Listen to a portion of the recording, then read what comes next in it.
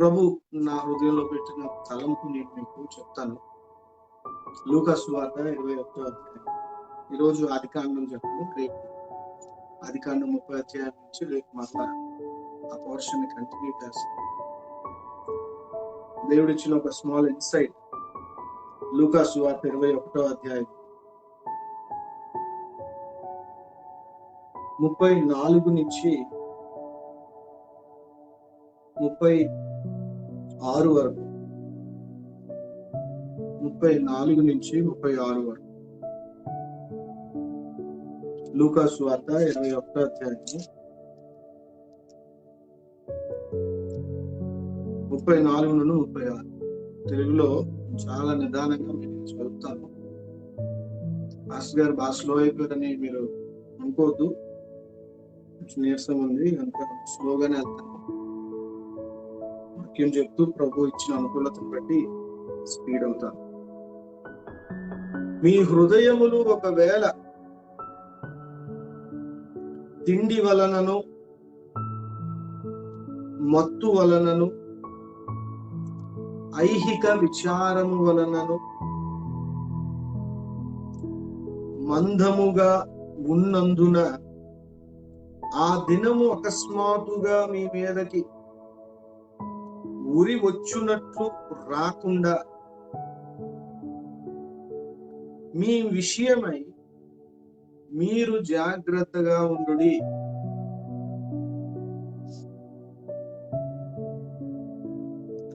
ఆ దినము భూమి యందంతటా నివసించు వారందరి మీదకి అకస్మాత్తు. కాబట్టి మీరు జరగబోవు వీటినెల్లను తప్పించుకుని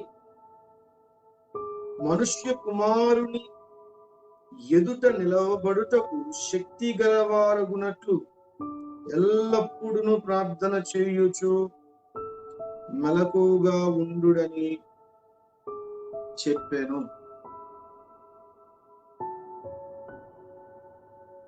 ప్రతిరోజులాగే ఈరోజు కూడా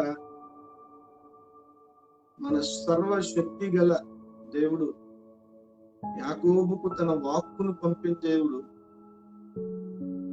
నిచ్చెన మీద నుండి దేవదూతలు ఎక్కి దిగుతూ యాకోబుకి పరలోక సమాచారం అందించి యాకోబు యొక్క ప్రార్థన, స్తుతి, ఆరాధనను పరలోకానికి తీసుకెళ్లిన ఆ యొక్క అద్భుతమైన దృశ్యం యాకోబుకు చూపించిన ఆ దేవుడు ఈరోజు కూడా అదే యాకోబు దేవుడు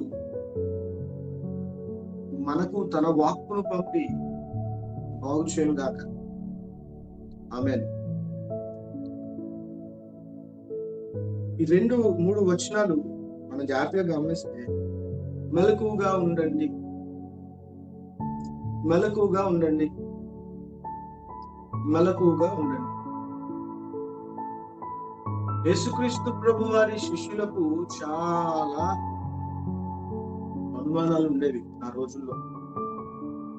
ప్రభు సేవలో ప్రభు శిష్యులను ఫుల్ గా నలగొట్టేసేవారు. సేవ విషయంలో, ఈ సేవలో శిష్యులకి చాలా ఆధ్యాత్మిక ఆలోచనలు, ఆధ్యాత్మిక చింత, ఆధ్యాత్మిక ప్రశ్నలు ఉండేవి. 90% క్షమాభివృద్ధి కరమైన ప్రశ్నలు వేసేవారు. ఒక 10% కొంత ఫూలిష్, అంటే ఒక ధోరణిలో కొన్ని ప్రశ్నలు కూడా వేసేవారు. ప్రభు వారు ఈ రెండింటిని డీల్ చేస్తూ వారిని చక్కగా ఒక ఆధ్యాత్మిక గురువుగా, ఒక ఆధ్యాత్మిక శిష్యులను ఎలా పెంచాలో ప్రభు వారు చాలా బాగా డీల్ చేసి వారిని పెంచి పెద్ద చేసి వారి ద్వారా ఈరోజు భూమంతటి మీద సంఘాన్ని కట్టారు. ఆ ప్రభువుకి మహిమ కలుగును. What a glorious lord we have, we serve. కాబట్టి ఈ శిష్యులు ఒక రోజు వచ్చి ప్రభువుని అడుగుతారు, అయ్యా భవిష్యత్తు ఏంటి, నువ్వు గోల్డ్ ప్రవచనాలు చెప్తున్నావు కదా, యెరూషలేము మందిరం కూలిపోతుంది, నువ్వు ఇజ్రాయెల్ని మరలా ఉద్ధరిస్తానని చెప్తున్నావు కదా, ఇవన్నీ ఎప్పుడు జరుగుతాయన్నప్పుడు ప్రభు కొన్ని సూచనలు చెప్పుకొని వస్తాడు అధ్యాయంలో 21వ అధ్యాయం. భూకంపాలు వస్తాయి, కరువులు వస్తాయి, తెగుళ్ళు వస్తాయి, దేశం మీదకి దేశాలు వస్తాయి, జనం మీదకి జనం,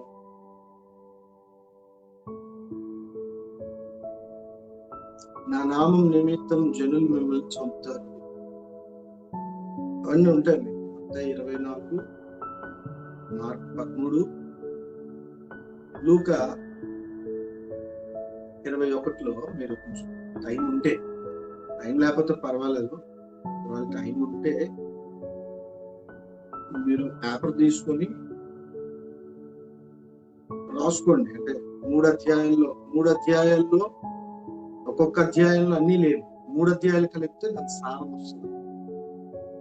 అవన్నీ రాసుకోండి. కొన్ని జరగవలసిన కార్యాలు చెప్పి సూచన చెప్తారు. ఏమైనా అంటే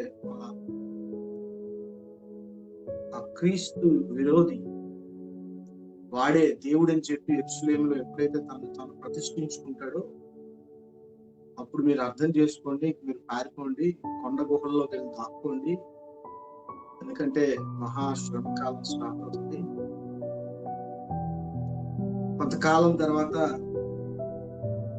మేఘాల మీద నేను భూమి మీదకి వస్తాను, తూర్పు నుండి పడమట, ఉత్తరం నుండి దక్షిణము అందరినీ నేను పోగు చేసుకుంటానని ప్రభు శిష్యులకు చెప్తాడు. ఈరోజు మన భవిష్యత్తుకు కూడా 3 అధ్యాయాలే ఆధారం, మన నిరీక్షణకు ఆధారం ఈ 3 అధ్యాయాలు. చరిత్ర మనకి బుద్ధినిస్తుంది, ఆధునిక లేకపోతే చరిత్ర హిస్టరీ మనకి బుద్ధినిస్తుంది, బుద్ధి. ఫ్యూచర్ ప్రాఫెసీ మనకి నిరీక్షణ ఇస్తుంది. మత్తయి 24, మార్కు 13, లూకా 21 మనకి నిరీక్షణ ఇచ్చే అధ్యాయాలు, మనకి నిరీక్షణ ఇచ్చే అధ్యాయాలు. చాలా అభ్యాసం చేయాలి. అంతా ఒకసారి చదివేసి ఏదో 3 సార్లు చదివేస్తే అర్థమయ్యే అధ్యాయాలు కాదని నా పర్సనల్ లైఫ్ లో నేను మీకు చెప్తున్నా. ఇప్పటికీ చెప్పకూడదు, చాలా సార్లు నేను చదివాను, ఏమీ తెలియదు. నిజం చెప్తాను, ఎందుకంటే అంత డీప్ సబ్జెక్ట్. నేను అనుకుంటున్నాను ఎన్నిసార్లు చదివి నాకేం తెలియదు ప్రభు, ఏం తెలియట్లేదు, నాకు అంతగా ఉంది అంత. కాబట్టి టేక్ టైం టు రీడ్ ప్రొఫెసీ. సరే, నిరీక్షణకు ఆధారమైన ఈ ప్రవచన విషయాలను శిష్యులకు తెలియజేస్తారు యేసు ప్రభు. చెప్పిన తర్వాత ఆ కిందన శిష్యులతో అంటున్నారు ప్రభు, మెలకువగా ఉండండి, మెలకువగా ఉండండి. Stay awake, watch your self. Watch, English బైబిల్లో వాచ్, తెలుగు బైబిల్లో మెలకువ. అవన్నీ చెప్పుకొని వస్తూ, శిష్యులారా మీరు అడిగారు క్వశ్చన్ బాగానే ఉంది, అయితే నేను ఆన్సర్ మీకు చెప్పాను బాగానే ఉంది, అయితే మీరు మెలకువగా ఉండాలి. కొద్దిసేపు ప్రార్థన చేయ పేతురు, యోహాను, యాకోబు, నేను లోపలికి వెళ్ళి ప్రార్థన చేసుకుంటాను వ్యక్తిగతంగా, నా వేదన చాలా ఎక్కువ ఉంది అని ప్రార్థన అనే ఒక పనిని అప్పచెప్పి వెళ్తే వచ్చేటప్పుడు పడుకున్నారు. ఫస్ట్ భోజనం తిని టైట్ గా పడుకుంటారు, ప్రేయర్ చేయలేకపోయారు, మెలకువగా లేని పరిస్థితి. మెలకు ఉండాల్సిన టైంలో మెలకు ఉండదు. మెలకువ అనేది యేసయ్య శిష్యులకు చాలా ఇంపార్టెంట్. నేను మాట్లాడుతున్నది కూడా యేసయ్య శిష్యులతో. వాక్యం వింటున్న మీరు ఎవరు నేను అనుకుంటున్నాను సామాన్యులే కాదు, మీరు అందరూ యేసయ్య శిష్యులు. యేసయ్య వాక్యాన్ని అభ్యసిస్తున్నవారు, యేసయ్య వాక్యాన్ని చూస్తున్నవారు, యేసయ్య వాక్యాన్ని సాధకం చేసుకున్నవారు. ప్రతిరోజు ఆ గురువు పాదాల దగ్గర, యేసునాథుని పాదాల దగ్గర, అపరంజి పాదముల దగ్గర కూర్చొని వాక్యాన్ని నేర్చుకుంటున్నారు. గురువు దగ్గర శిష్యుడు ఎలా నేర్చుకుంటాడో యేసునాథుని దగ్గర మీరు వాక్యం ఎలా నేర్చుకుంటున్నారు. శిష్యులతో మాట్లాడుతున్నాడు పరిశుద్ధాత్మ, మీతో మాట్లాడుతున్నాడు పరిశుద్ధాత్మ. ఏమనంటే మెలకువకుండండి, మెలకువకుండండి. మెలకువ మెలకువ మెలకువ చాలా ఇంపార్టెంట్.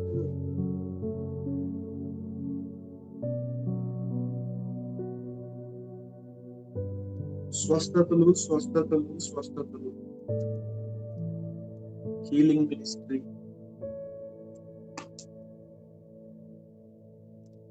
కొబ్బరి నూనె కొట్టులు, ఇవన్నీ మనం చూస్తూ ఉన్నాం. నాకు తెలిసి 2 దశాబ్దాలు, 4 దశాబ్దాలు నాకు తెలిసి 80s నుంచి అనుకుంటా. అయితే బాగా రైజ్ అయింది లాస్ట్ 2 decades, అంటే 2 దశాబ్దాలు, 2000 నుంచి 2020కి హీలింగ్ మినిస్ట్రీ టాప్ లెవెల్కి వెళ్ళింది. టాప్, ఎక్దమ్ టాప్, కాంపిటీషన్ లెవెల్కి వెళ్ళింది. Healing healing healing healing. Corona అనే వ్యాధి వచ్చింది. బాగా వినండి, మెలకువ అంటే ఏంటో చెప్తున్నా. మెలకువ అంటే నిద్రపోవడం, లో నుంచి లెగు అది కాదు. మెలకువ అంటే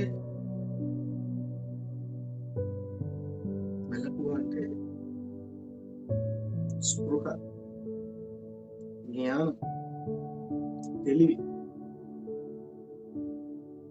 హీలింగ్ హీలింగ్ అంటే ఏది హీలింగ్ లేదు.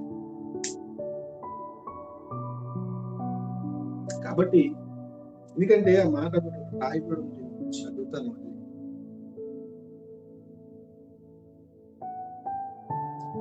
కాబట్టి మీరు జరగబోవు వీటి నెలను తప్పించుకొని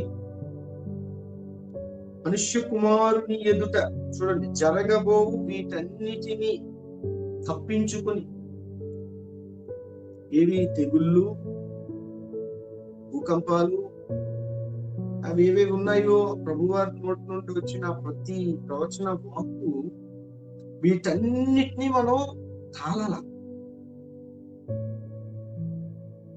ప్రాక్టికల్ గా చెప్తున్నా.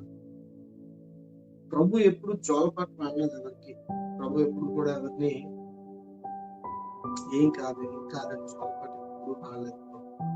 ప్రభు ఎప్పుడు నిజం చెప్పేవారు, ధైర్యపరిచారు. మనం ఎదుర్కోవాలి, ఎదుర్కొనే వాళ్ళు, పోరాడేవాడు ఇశ్రాయేలు. The one who wrestled with God and men is Israel. మనం వీటి నుండి ఎదుర్కొని తప్పించుకోవాలి.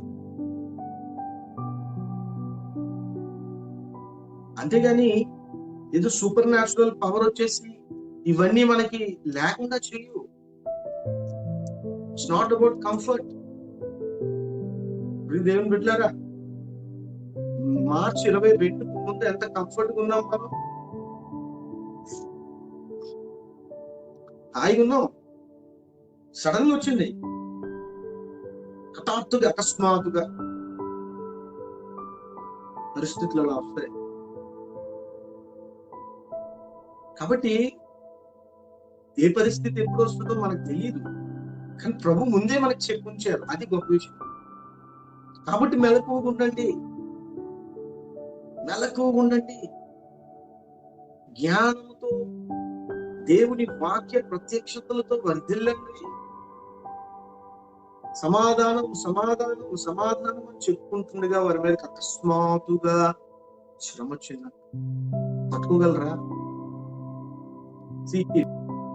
They are not expecting hard time, they are expecting good time, and sudden గా వాళ్ళకి ఏమొచ్చిందంటే హార్డ్ టైం వచ్చింది. తట్టుకోగలరా? కానీ అదే ప్రభు వాక్యానికి లోబడి మనం మెలకువగా ఉంటే ఏ సమస్య వచ్చినా భయపడం. ఎందుకు? దేవుడు మనకి ముందే ఆ సత్యాన్ని చెప్పి మన మైండ్ ని తన సత్యంతో ట్యూన్ చేసి, ఈ సీక్రెట్ అందరికి తెలియదు, యేసయ్య శిష్యులకే తెలుసు. యాకోబు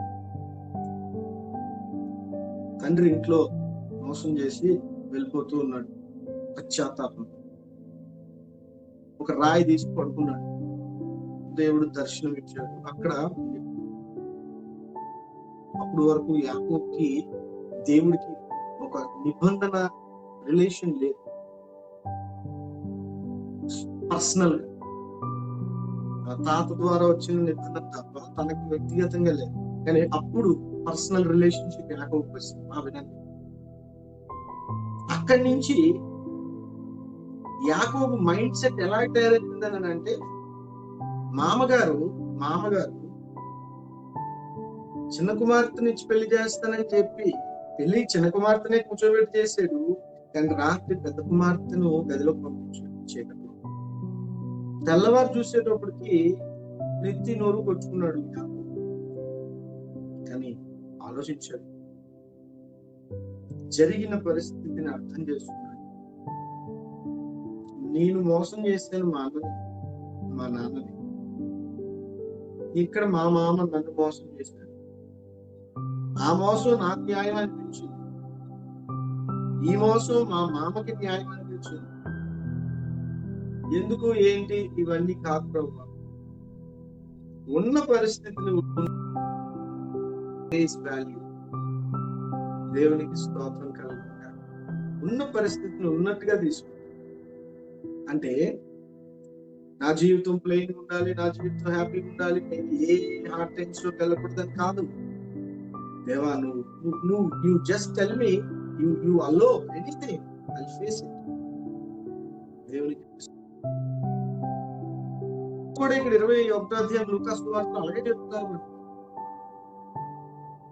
మీ ఎక్స్పెక్టేషన్స్ ఏవి మీరు నా వాక్యానికి విరుద్ధంగా పెట్టుకోవద్దు. There are hard times to come. Already a part of hard time ఇప్పుడు మనం ఉన్నాం. దేవునికి మహిమ కలుగును గాక. ఈ మెలకువ చాలా ఇంపార్టెంట్. ఈ మెలకువను పాడు చేసేది ఏంటో తెలుసా?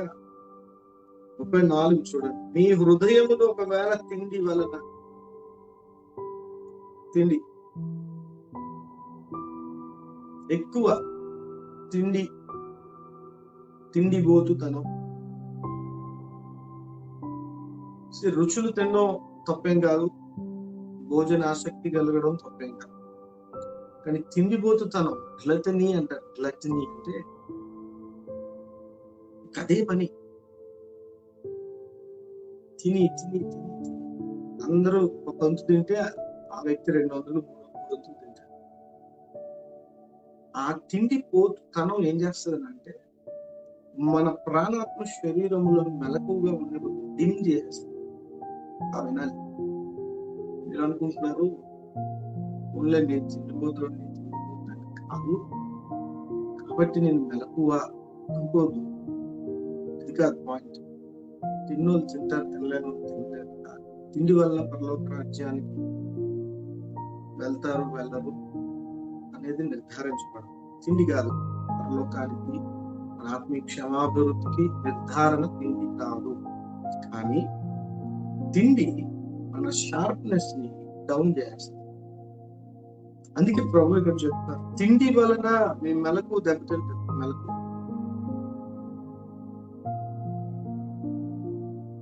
ఈట్ ఆల్ వెరైటీస్, అన్ని తినండి, మితంగా తినండి అని ప్రభు చెప్తారు.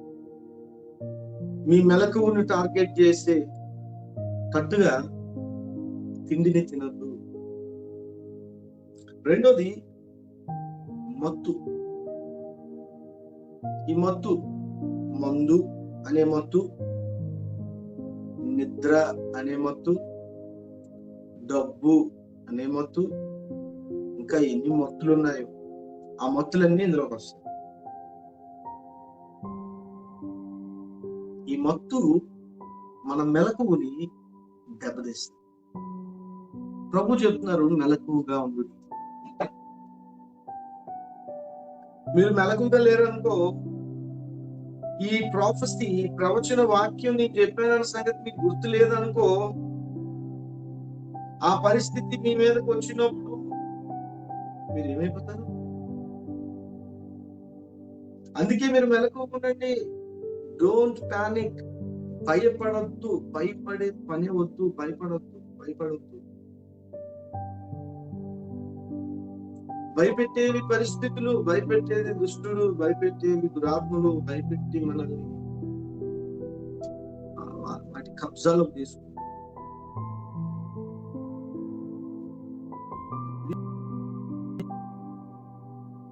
ఉన్న పరిస్థితిని ఉన్నట్టుగా దాన్ని స్వాగతించే ధైర్యం యేసు శిష్యులకు లేకపోతే ఎలా? కొన్ని చెప్పలేం, కానీ భారతదేశంలో జరుగుతున్న చూసుకుంటే ప్రభువే ఆ పరిస్థితులను గర్తించుగాక, సైన్యములకు అధిపతి యెహోవా దిగివచ్చుగాక. ఆ విషయాలు బట్టి జీవము గల దేవుడు, మన ప్రభువు, మన రక్షకుడు, ఆయన శిష్యులుగా మనం ఎంత ఎఫెక్టివ్గా ఉన్నారు. చాలా మందికి ప్రాబ్లం ఏంటో చూడండి. మూడో విషయం చెప్తాను, ఐహిక విచారం.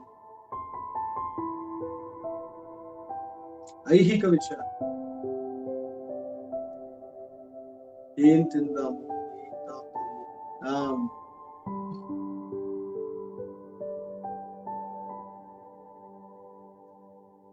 ఎలా ఉంటుందో,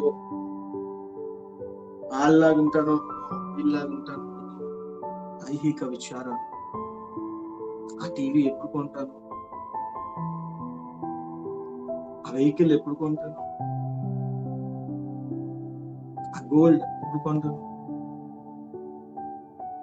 అంటే విచారం అన్నమాట. నేను మాట్లాడుతుంది కొనుక్కోద్దని కాదండి, దేవుని బిడ్డలు బ్లెస్ అవ్వడం మంచిదే, అది విచారం. వినండి, తొందరలో పట్టుకోవద్దు. ఐహిక విచారం అంటే ఇంకా అదే పని. ఒక థాట్ వచ్చింది, అది ఇంప్లిమెంట్ అయిపోయిందా, ఓకే. కానీ దాన్ని నువ్వు 4-5 రోజులు, వారం, 2 వారాలు, 3 వారాలు లోనే అది పెట్టుకుంటే అది విచారం. ఈ ఐహిక విచారం ద్వారా మెలకువపోతుంది.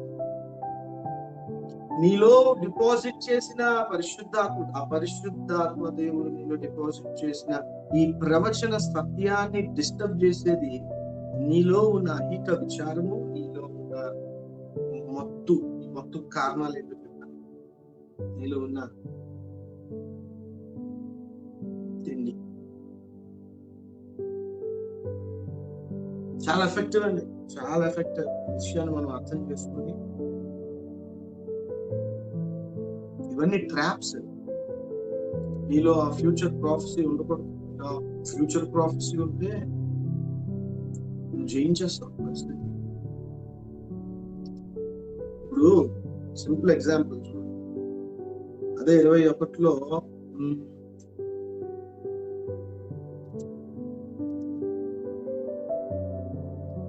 చూడండి,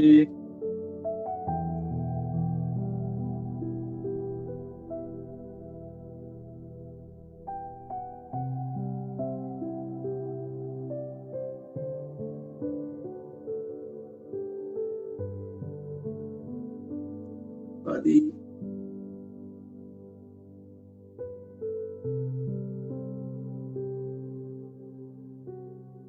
11వ వచనం చూడండి. అక్కడక్కడ గొప్ప భూకంపములు కలుగును, తెగుళ్ళును తెగుళ్ళు వస్తాయని ప్రభు చెప్పారు. ఇవన్నీ జరగవలసి ఉన్నది అని కింద చెప్పారు. అంటే ఇప్పుడు మనకు ఒక సీక్రెట్ తెలుసు ఏంటి? చర్చ్ ఏజ్ లో తెగుళ్ళు వస్తాయి. ప్రభు ముందే చెప్పి ఇప్పుడు 2020 ఇయర్స్ ముందే చెప్పారు.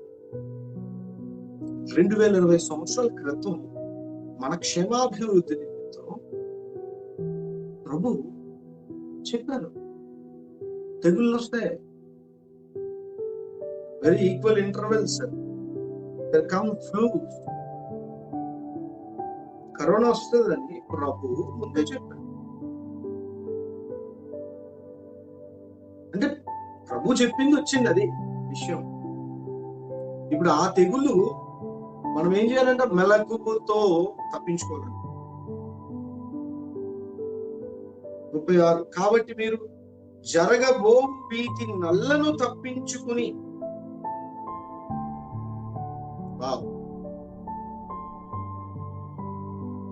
ప్రాస్పెరిటీ కాదంట,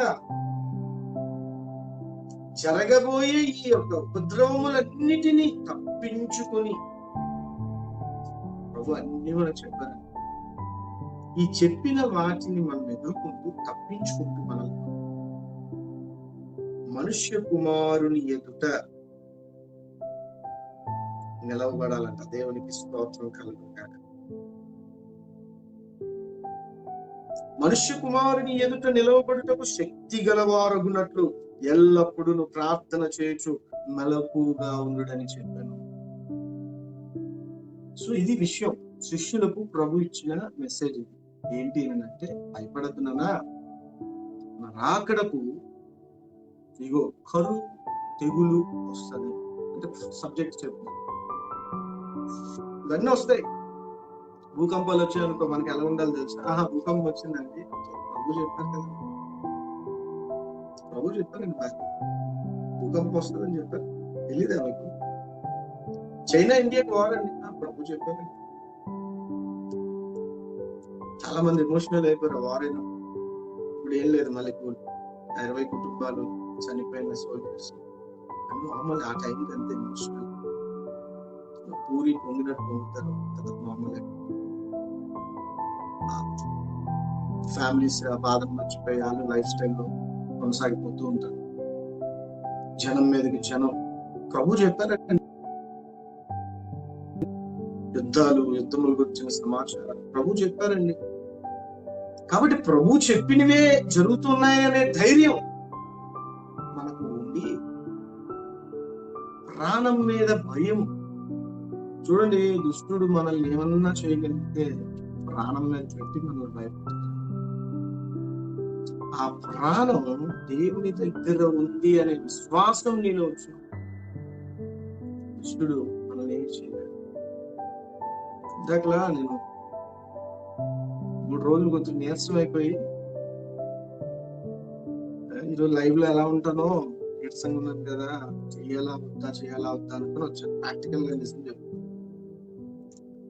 చెప్తే ఇలా చూసుకుంటున్నాను. చూసుకుంటే జుట్టు బాగా ఊడిపోయింది.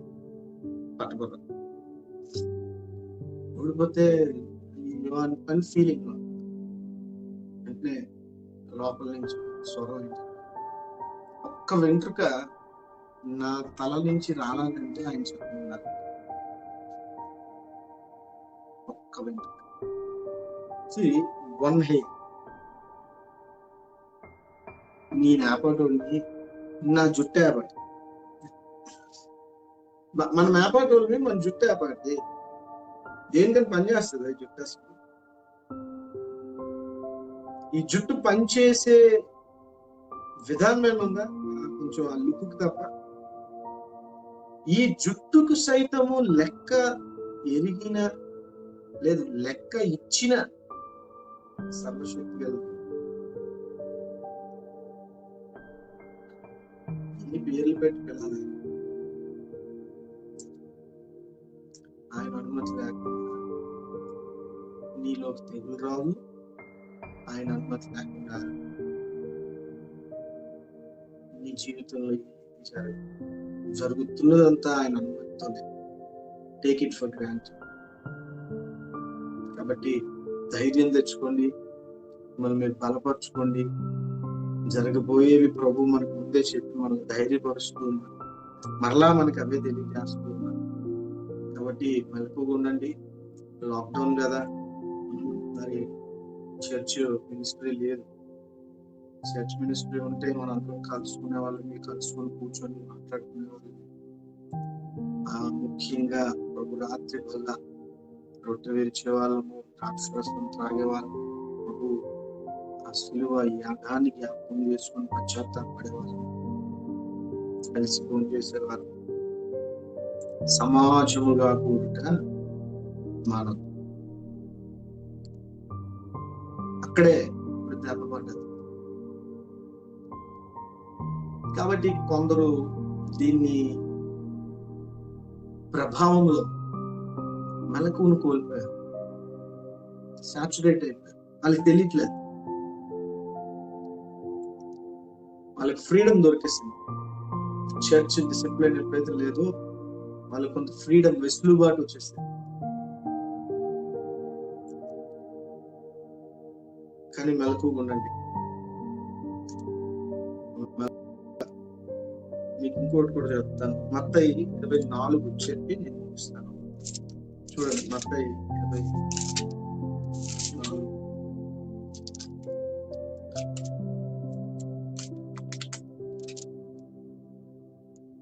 మత్తయి 24లో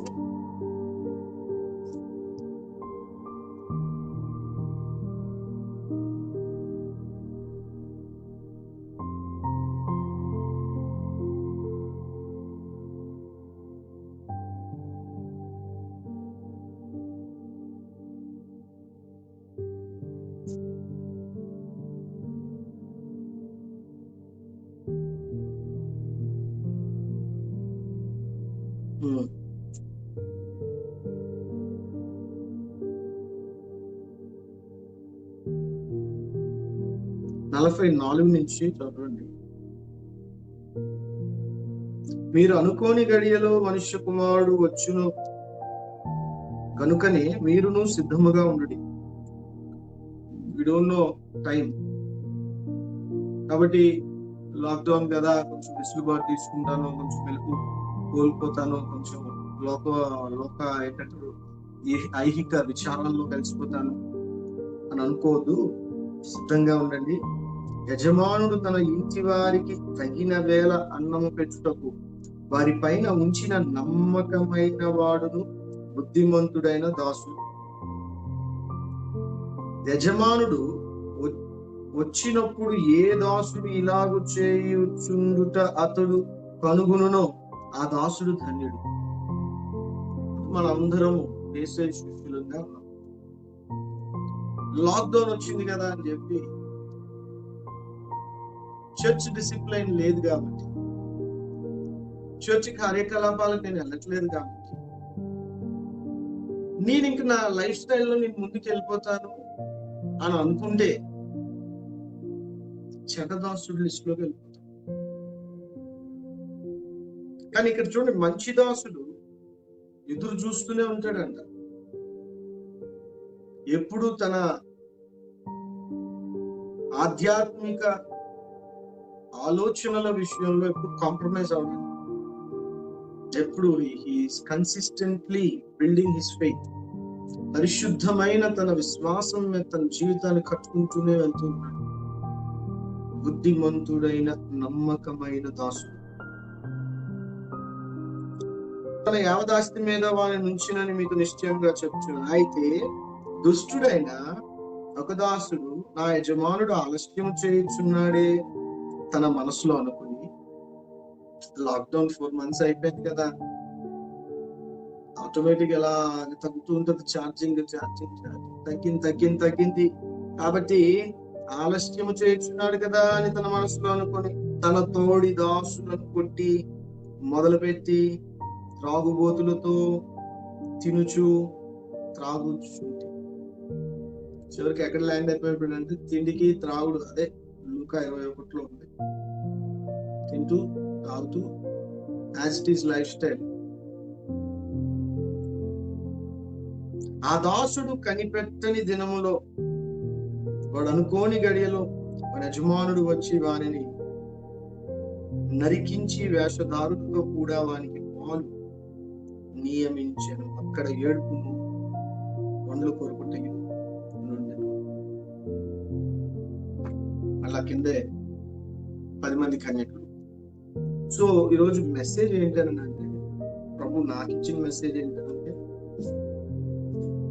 ప్రభు రాకడలో, మొదటి రాకడలో, బెత్లెహేములో పుట్టిన ఆ రాకడలో ప్రభు నా రక్షణకు కావలసిన రక్తాన్ని గార్చి అందరినీ తన రక్తంలో కడిగి అందరి రక్షణకు క్రయధనాన్ని ఇచ్చి మనల్ని రక్షించుకున్నాడు. మనందరినీ తన శిష్యులుగా చేసుకుని ఒక పని అప్పచెప్పారు. కుటుంబ యజమాని, కుటుంబం, యవనస్తులకు వ్యక్తిగతంగా వారి జీవితం, సంఘ కాపురులుగా మాకు సంఘం అనే బాధ్యత అప్పచెప్పి యేసు ప్రభు పరలోకానికి వెళ్ళిపోయారు. నేను మళ్ళీ వస్తాను, అంతవరకు నేను మీకు అప్పచెప్పింది జాగ్రత్తగా చేయండి. నేను మీకు చెప్పాను, ఫ్యూచర్ ఏంటో చెప్పేశాను, మీకు ఎలాంటి పరిస్థితులు వస్తాయో చెప్పేశాను, అన్ని మీకు అరేంజ్ చేసి పెట్టేస్తాను. పాత నిబంధనలు ఇంకా అరేంజ్మెంట్స్ లేవు. భక్తులకి ప్రతిదీ కనిపెట్టుకోవాలి. కొత్త నిబంధన అలాగ ఎవ్రీథింగ్ అరేంజ్ చేసి పెట్టేశారు, మనం అన్ని చెప్పేశారు. కాబట్టి ప్రభు ఏం చెప్తున్నారని అంటే, నేను ఏ పని నిమిత్తం మిమ్మల్ని శిష్యులుగా చేసి లోకంలో పంపించాను ఆ విషయంలో మెలకు. రక్షణ దినం, రక్షించబడిన సపోజ్ 2002 సంవత్సరం రక్షించబడి ఉండొచ్చు, 2009, 2008 రక్షించబడి ఉండొచ్చు, 2013, 2014, 2015, బహుశా 2019, 2020 కూడా కాదు. ఆ రోజు మీ మనస్సాక్షి నిర్మలంగా ఎంత బాగుందో ఈరోజు ఎలా మెలకున్నారా?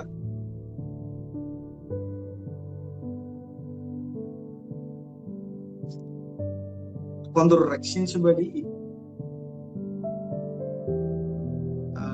నిర్మలమైన మంచి మనస్సాక్షికి బదులుగా రక్షింపబడి కొన్ని రోజులు మంచిగా నిర్మలంగా ఉంటారు, తర్వాత చాలా ఘాటుగా తయారు. ప్రభు మాట్లాడుతున్నారు, ఈ మొదటి ప్రేమ. Go back to your first. ఆలోచించండి, ఆ ప్రభు ఈ హృదయంలో తన ప్రేమని ఆ పరిశుద్ధ ఆత్మదేవుడు కుమ్మరించినప్పుడు, ఆ ప్రార్థన, విశ్వాసం, బైబిల్ స్టడీ, ఆ ఫెలోషిప్, ఆ మాధుర్యత ఈరోజు అది ఉందా? లేదు అంటే మెలకు ఎక్కడో ఆ 3 కారణాలు బట్టి, తిండి, మత్తు, ఐహిక విచారం, ఈ 3 ఎక్కడో కోల్పోయింది. దిద్దుబాటు చేసుకోండి. తలలోంచి కళ్ళు మూసుకున్నాం, చిన్న ప్రార్థన చేస్తాం. మా తండ్రి, మీకు వందనాలు, స్తోత్రాలు, కృతజ్ఞతాస్తుతులు చెల్లించుకోండి. మీ వాక్కును మీరు పంపారని నేను నమ్ముతున్నాను. మీ వాక్కు మమ్మల్ని బాగు చేసి ప్రతి బిడ్డను దీవించండి, బలపరచండి. ఈ అపాయకరమైన కాలములో ప్రతి ఒక్కరూ బహుధైర్యం కలిగి నీ వాక్యం మీద ఆధారపడి పైనున్న నిన్నే వెతుకుటకు సహాయం చేయండి. మొదటి ప్రేమ కలిగి సాగుటకు సహాయం చేయండి. యేసు సర్వశక్తి గల నామంలో ప్రార్థన అడిగి వేడుకుంటున్నాం తండ్రి. Amen. Praise the Lord. Shalom.